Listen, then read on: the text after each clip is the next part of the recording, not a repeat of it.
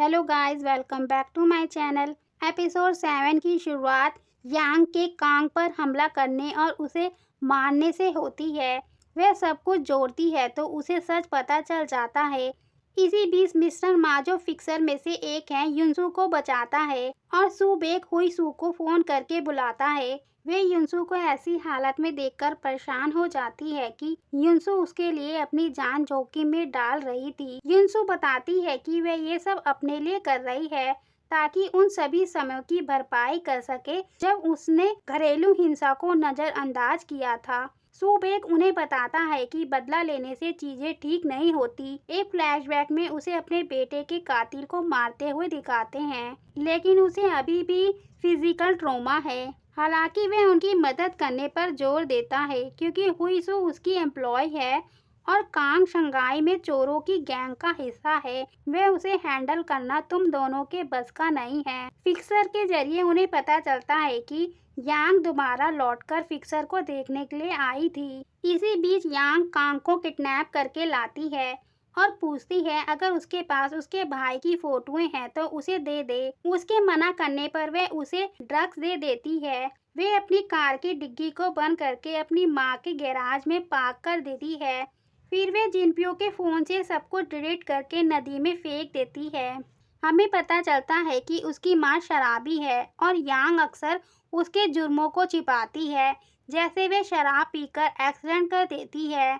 उसका बैकग्राउंड बहुत अच्छा होना चाहिए क्योंकि उसका सपना फर्स्ट वुमेन कमिश्नर बनना है। वे बैकग्राउंड चेक और इंटरव्यू पास कर लेती है और प्रेसिडेंट की सिक्योरिटी टीम में शामिल होने के लिए तैयार हो जाती है।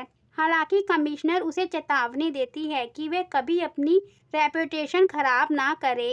यांग सबूत और करैक्टर विटनेस को इकट्ठा करने का फैसला करती है ताकि जिनपियो को एक अच्छा और प्यार करने वाला पति साबित किया जा सके, जिसे धोखेबाज हुई ने मार डाला।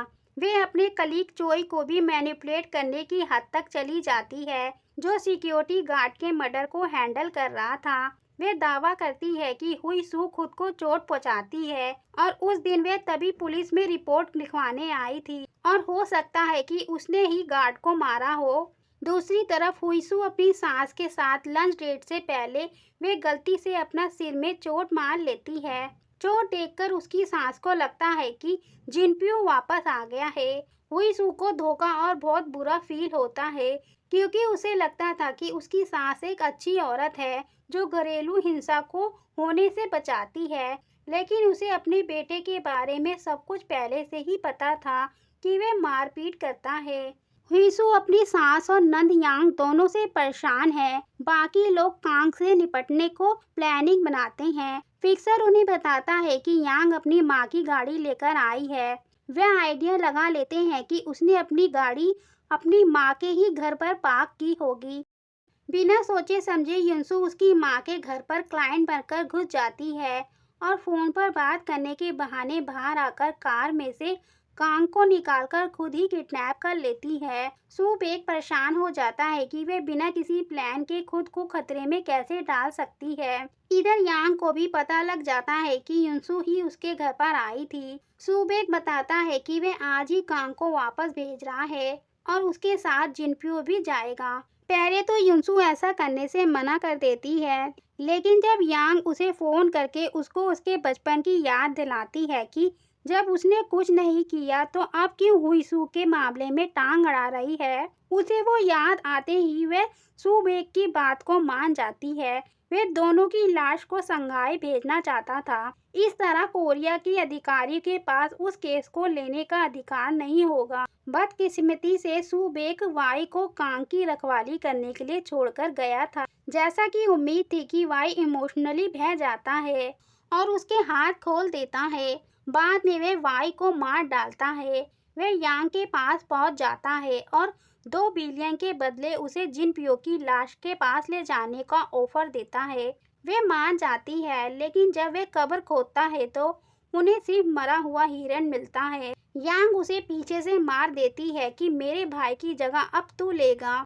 हमें दिखाते हैं कि हिरन की लाश के नीचे ही सूटकेस दिखता है। ऑफिसर चोई को यांग की कहानी झूठी लगती है क्योंकि वह उस दिन वही था जब हुईसू के साथ मारपीट हुई थी और वह रिपोर्ट कराने की कोशिश कर रही थी।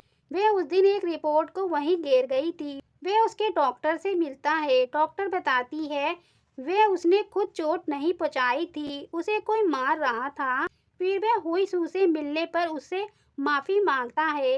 वह उसकी रिपोर्ट वापस कर देता है और वह डॉक्टर की रिपोर्ट के साथ उसे भी फाड़ने का फैसला करती है। बदकिस्मती से यांग उससे कांटेक्ट करती है। वह जिनपियो की डेड बॉडी निकाल के लाने का नाटक करती है और उसे कांग की भी फोटो देती है कि वो भी मेरे पास है।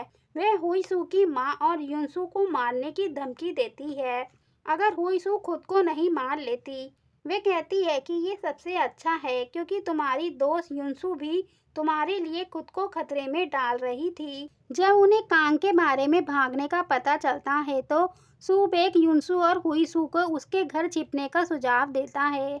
इधर हुईसू यांग की बात को मान गई थी और अपनी दोस्त के साथ पुरानी यादों को फिर से करने लगती है।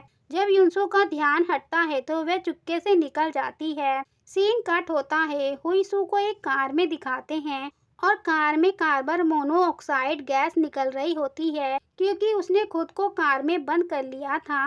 यांग बाहर से देखती है और हुईसू के पास एक नकली सुसाइड नोट पड़ा होता है। इसी पर ये एपिसोड एंड होता है। Thanks to watching.